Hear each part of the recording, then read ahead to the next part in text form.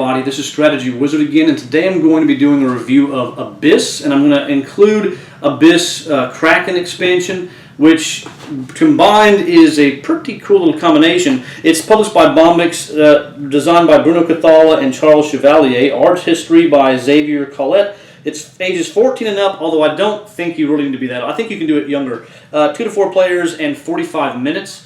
So that sounds about right. This is a game, I don't even know exactly what to call it specifically, but you're trying to get points in different ways, and I just have to say that really one of the things that drew me to this is, apart from people saying it was good, was the fact that the artwork is amazing. I mean, it just pops. The artistry is, which is probably why they advertise the guy's name who did the artistry. They want you to know this guy is good, and he is. So but that doesn't necessarily make the game good. So let's go ahead and go down to the table. We'll see how it plays, and we'll see if it really matches the artwork in quality of gameplay.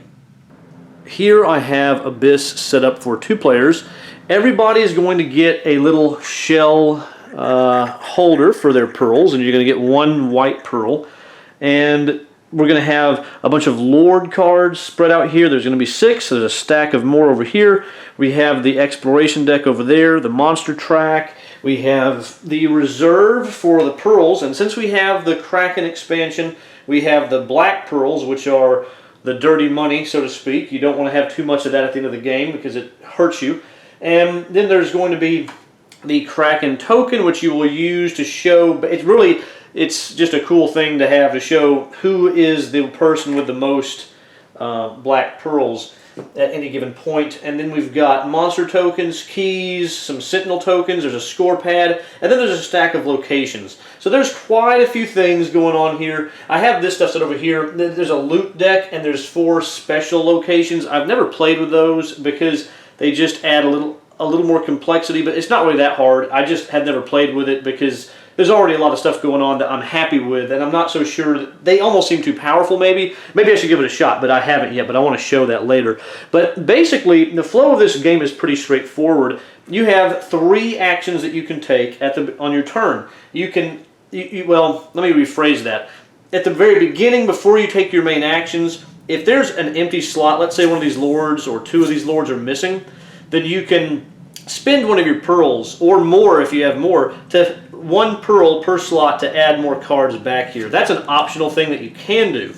But your main action, which you have to do, one of 3 things. You have to either explore the depths, you have to seek support from the council, or you can buy a lord. So the good news is, and one of the things I like about this game, is they make it very simple. Your 3 main actions are the 3 main things you see on the board. Very simple. So we'll go through each one. If you explore the depths, what you're doing is you're going to take a card, flip it over, and you're going to either reveal a monster, like in this case, or an ally. If it's a monster and there's not that many of those in the deck, then you can either take the reward that's on this. I want to go ahead and move this token. You'll slide this token down if you don't fight the monster, but let me just show you this up closer. Basically, if you fight a monster at the first level, you can get a pearl, which is essentially powerful money, or you can get one of the creature tokens that's sitting over there at the back that will give you either 2 to 4 points. So you won't reveal that. You'll take one of those and put it face down, but it'll give you some points towards the end of the game, which the goal of the game is to get the most points. So that's powerful, but money's powerful too. If you pass on fighting that monster, then you'll move this down to the next level, and that would mean if the next monster another monster card came up on any person's turn, they could choose to get one of these rewards, or they can wait and then keep it going down and down and down until someone says, I'm going to fight the monster and I'm going to get the reward. The rewards keep getting better. Here you can get 2 pearls, or you can get a pearl and a monster token for points, or you can get 2 monster tokens. Here you can get a key, which you'll see why that's important later. I'll tell you this, it's mainly for getting those locations over there, which is another way to get a lot of points. Then if you go further, you can get a key and a pearl, or a key and a monster token, etc., etc., etc., all the way down to 2 keys. So basically, this is a push your luck kind of thing where you have to decide, do I want to take the reward and beat the monster and end my turn, or do I say, you know what, I'm going to keep exploring, I'm going to let this go down, and myself or another player may end up having a better option of a reward from the monsters. That's up to you to decide if it's worth taking that risk. But let's just say you waited, you push that down, I'm not going to fight the monster. Oh wow, another monster pops up. So now you can decide to get 2 pearls or one of these other options, or you can push it down again. Let's say you push it down again. You draw another one. Okay, now this is a special Kraken expansion card. This is an ally card, and we'll keep going. That's a regular ally card. It's the Seahorse race. And then over here we have a representative from the Octopus race or Squid. I can't remember exactly what they call it. Now, here's the thing. As you're turning over these cards, we'll go ahead and rewind a little bit, and I'll show you exactly how this is going to work. Let's say you pass on the monsters, so otherwise your turn would have ended and you would have got your reward. Let's say you turn this over, and immediately on your turn, the next player to your left has the chance to buy it from you. And if there's more than 2 players, you would ask the person to your left, hey, do you want to buy this from me? And then you ask the person after them if they don't want it, do you want to buy this from me? And if nobody wants to buy it, then you have the chance to take it for free. But if they buy it from you, let's say I'm over here, this guy wants to buy this from me, he will pay me a pearl. And it'll go into my repository over here. So basically, it's kind of like everyone else is getting to participate on your turn and push their luck. Or do they want to pay a pearl for that? Or do they hope something better comes up that will be really worth a pearl? In this particular case, let's just say he did that. He buys it, he takes it. Now, I keep going. So I flip over another card. Now I have this very powerful card. The regular ally cards go from 1 to 5. This is a 4, so that's one of the better ones. And I might go, you know what, I really want this ally. So you can choose to take it or not. And let's say I take it. That will end my turn. All this will get discarded to the side, and now it's the next person's turn. So that's the way the first action works. You'll notice there's a pearl here. If you go all the way to the end and you have not taken anything, and that last card gets revealed and no one buys it from you, then you have to take it, but you also get a pearl. So it's kind of a reward for going all the way to the end. Now here's the thing. Each player can only buy 1 card from you. So let's say we had a 4-player game and this guy bought this card from me with a pearl. If something else better comes around, he will not get the chance to buy it. But the next person, or the other 2 players, they could still buy it, but each subsequent purchase costs more. So this costs 1. The next time someone buys something, it'll cost 2 pearls, and then 3 ultimately, if people buy so much. But each person gets 1 chance to buy from you. But you get it for free whenever you finally get one. So that's the Explore the Depths action. Very straightforward, push your luck kind of thing. Because if I could have waited and hoped I got a 5, but 5s are pretty rare, so that'd be a pretty big gamble. Now, because you can never go back and take anything previous, you have to take whatever the last thing is. So essentially, that's the push your luck aspect, you could say. Now, allies are important because allies help you buy lords, which lords give you points. 5, 4, 5, 6, 6, 5. A lot of different points, different abilities that each lord has. So you want to get allies so that you can buy lords, because that's a great way to get points. Now here's the thing. The game will end whenever someone buys their 7th lord, or this deck is empty and there's no more, and you need to draw more.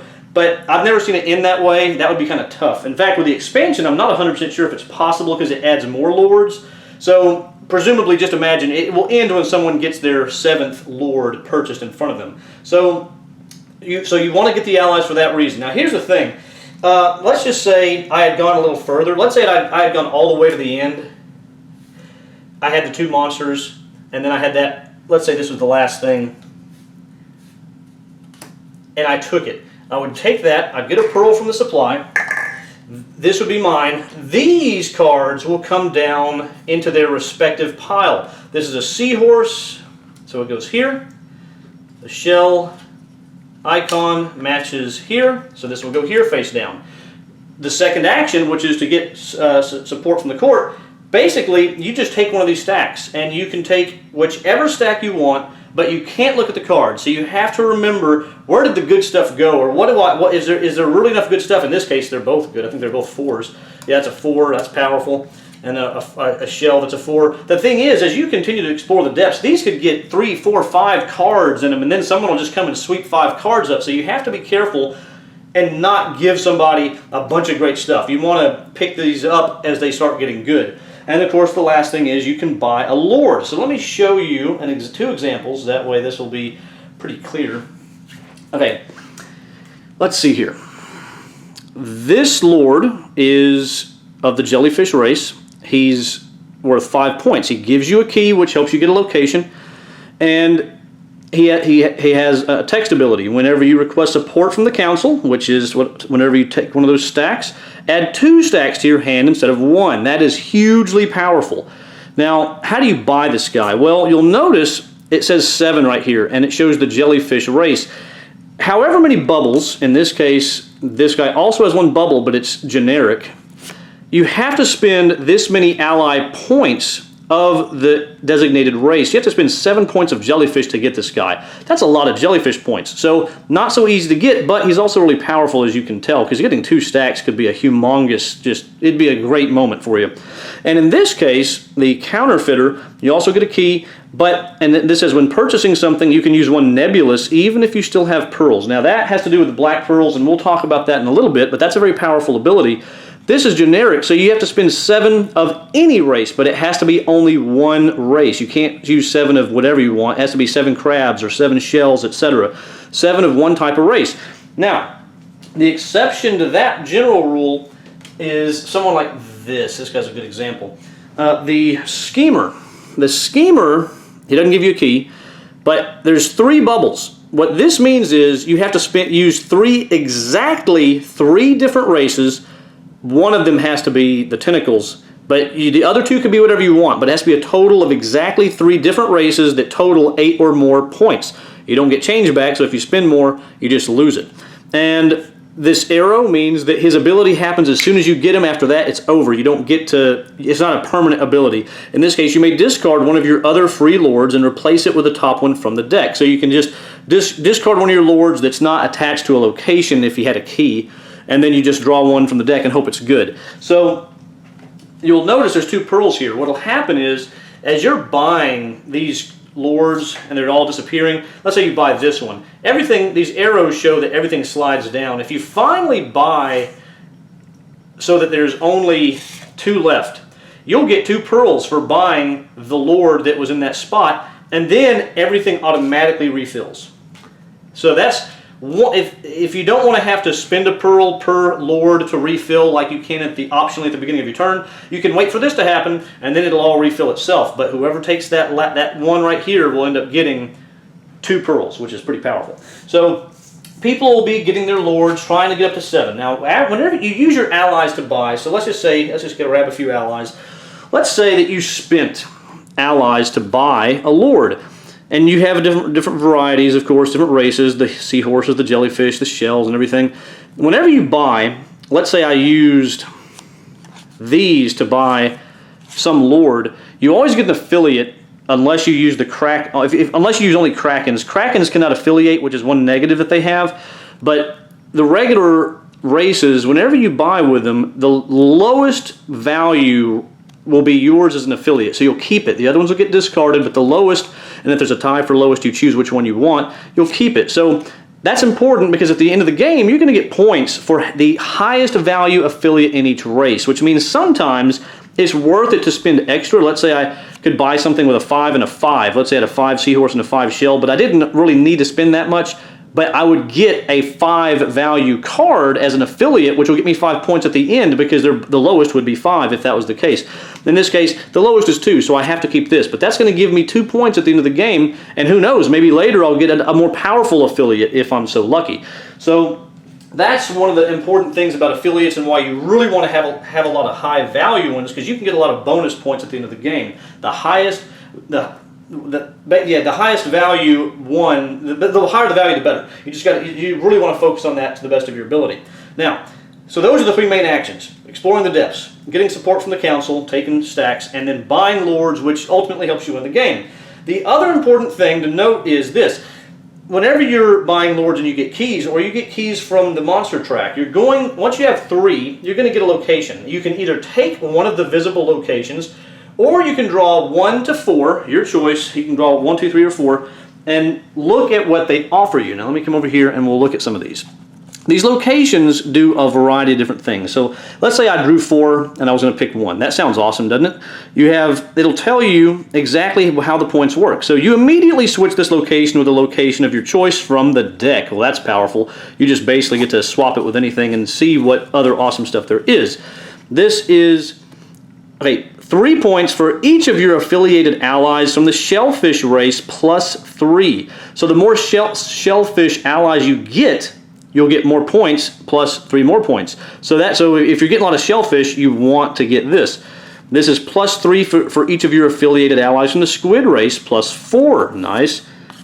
And we have the same thing for the jellyfish race. And there's a whole bunch of different ones. But let's say you did this, and then you bought one of them, and you had 3 other ones added to this stack. The next person who gets a location can choose from any of these face-up choices. So basically, the more options you give yourself, the more options you're going to give your opponents later on. So that's very important to think about and pay attention to. Now, I used to give you a few other examples of other possibilities. Let's see. Oh, 3 points. 3 points for each of your lords with 1 or more keys. That's nice. And copies the effect of an opponent's location at the end of the game. So if someone else has something that you really want, you can get that. And then we have the crabs bonus. And you'll notice the artwork, just how great this artwork is. It blows my mind. It looks so good. So a lot of different ways to get points from locations. Now here's the thing. As soon as you get 3 keys, let's put this back here. Let's say this guy got these 3 characters.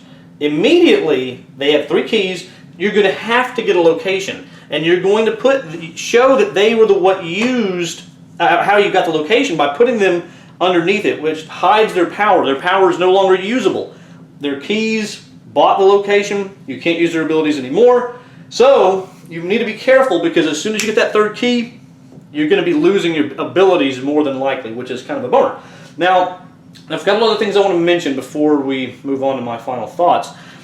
Kraken cards, these don't affiliate with you, so they're not going to give you points at the end of the game. However, they do something really interesting. You'll notice they don't have an affiliation at all of a race, because they're wilds. You can use them as any race, which is so awesome. Why would you not want that? And it'll give you a black pearl, which is money, really. You can spend it on most of the same things you can use white pearls for. So why would you not want this? Well, here's the reason why. I mentioned earlier, maybe you remember, that black pearls, if you have a lot of them at the end of the game, that could be problematic, because you'll lose points. You'll lose 1 point for each one of these that you have in your possession. And if you have the most, you lose 5 additional points. So you don't want to have too many. Now, not only that, but let's say you have 3 white and 3 black pearls.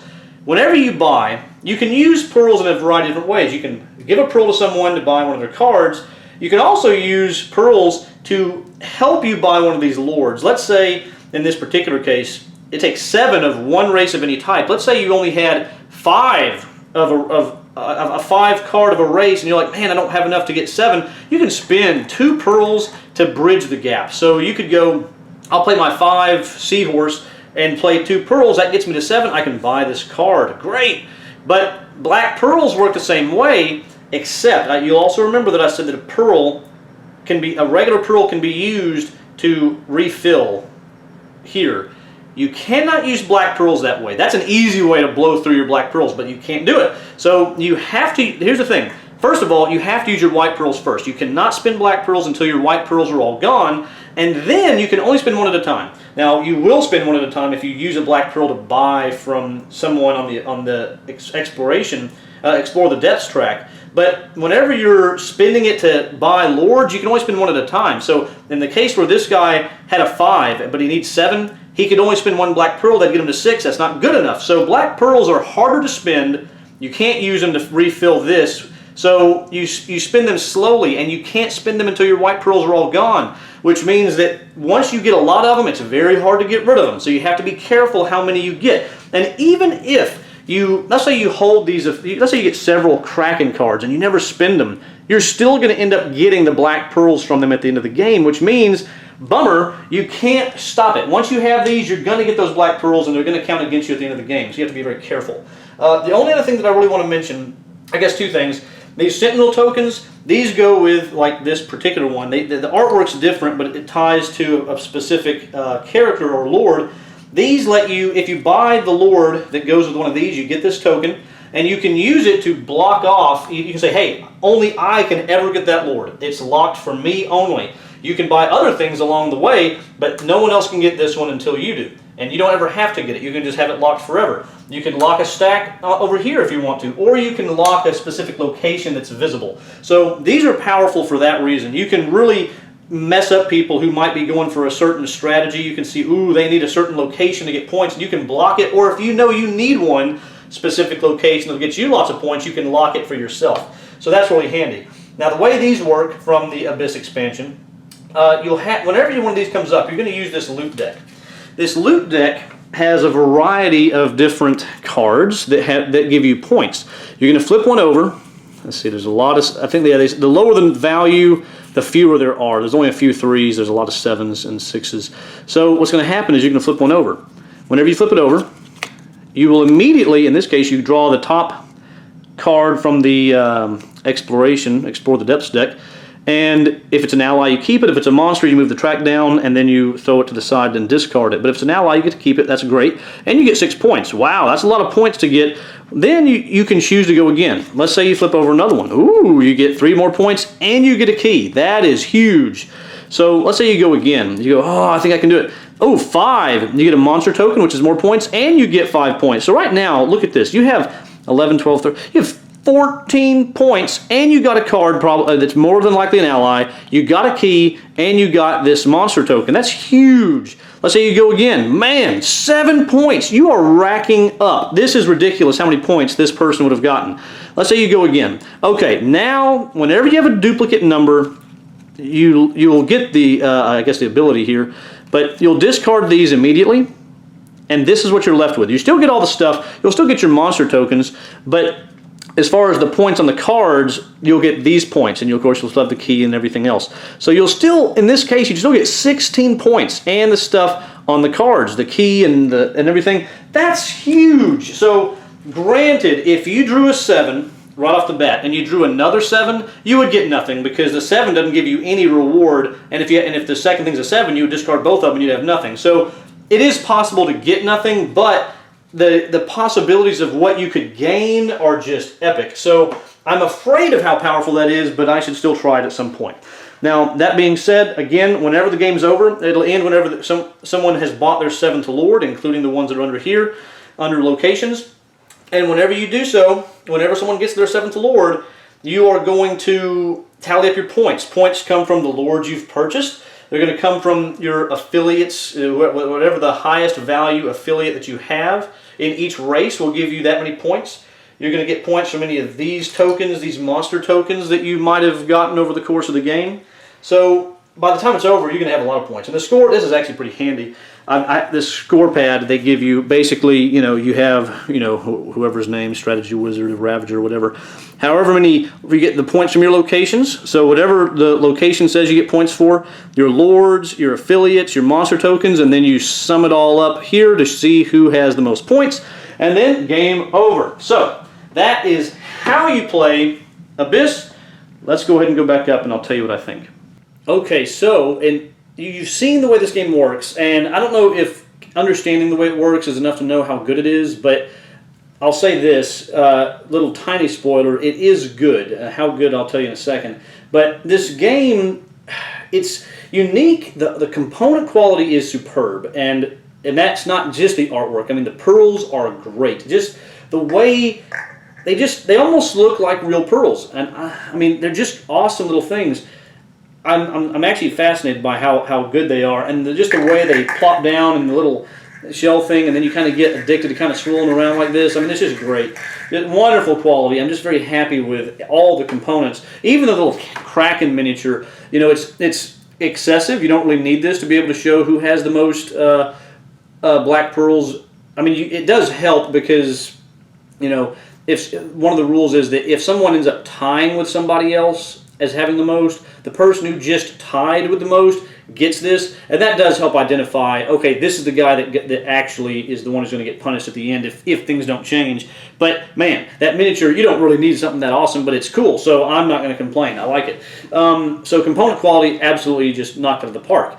Replay value and strategy level, I'll say first, there's a good bit of strategy here because pushing your luck, even though it's luck, there's still strategy in it. And how far do you want to take your chances? It's your choice. Do you want to push further and try to get a better ally or something else? Or in the case of, even what affiliates are you going to let? I mean, not affiliates, but what allies are you going to let go into the council that someone can then grab later? You have to think about that. You have to think, if I push further, all these cards are going to go down. I could keep this last card from going down into the council, and maybe that's important because the next person's going to nab it because they need it. So there's a lot of things to think about on each individual action. Even whenever you buy lords, you're thinking about how many points do they give. Are they going to give me a key, which could help me get more locations? Or are they going to give me a super awesome ability that's going to help me get more money? Each race basically has a typical theme to them. The seahorse race, they're farmers, and they usually give you a lot of points, no abilities. The tentacles or the squid race are politicians that usually...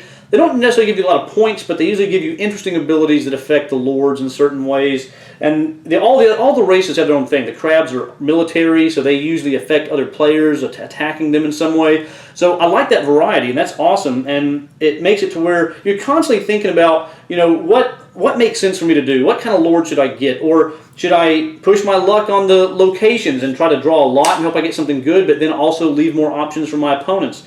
And then even with the nebulous, the black pearls, and maybe take the Kraken. If you take a Kraken ally, you already are guaranteeing that you're going to be getting some black pearls. How many are you willing to take and try to spend before it's too late? And it's just all that balance is just very interesting. Of course, the fact that you can spend a pearl to a black pearl, assuming you've used all your white ones, you can spend a black pearl to buy an ally from somebody. That's a way you can actually pass them on to other people. So there's just so many things you have to think about, so many ways of doing things. With the expansion especially, the expansion adds a lot of interest, in my opinion, to make things a little more intriguing. It was already good, but the Kraken expansion just makes it better.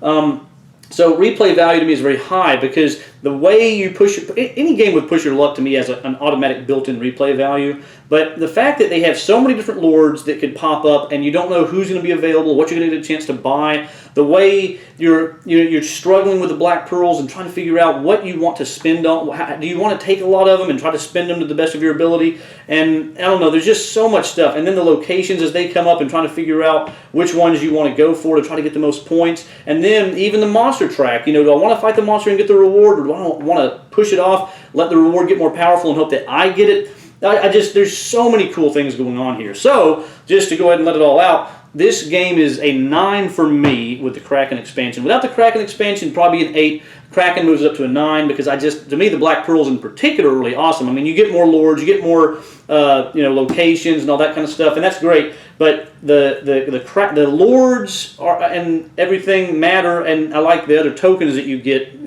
That's great. But the way the Black Pearls work and the Kraken allies, the fact that they're wilds and it's going to affect how many of these Black Pearls you get, that mechanic alone to me just that puts it to 9. The other stuff's just gravy, and I'm just very pleased. So awesome game. Component quality great. Everything's awesome. I'm very happy, very pleased, and hopefully this gave you an idea of what if you would enjoy it as well. I just can't speak highly enough about this game as far as just visually appealing, and it's just satisfying. It's a satisfying game to play. So hopefully you enjoyed this review. Hopefully it was helpful for you. If it was, give me a thumbs up. I'd appreciate that. Subscribe if you want to see more. And just in general, if you have any comments or questions, leave them down below and I'll get back to you as soon as I can. Take care, everybody. I'll see you on the next one.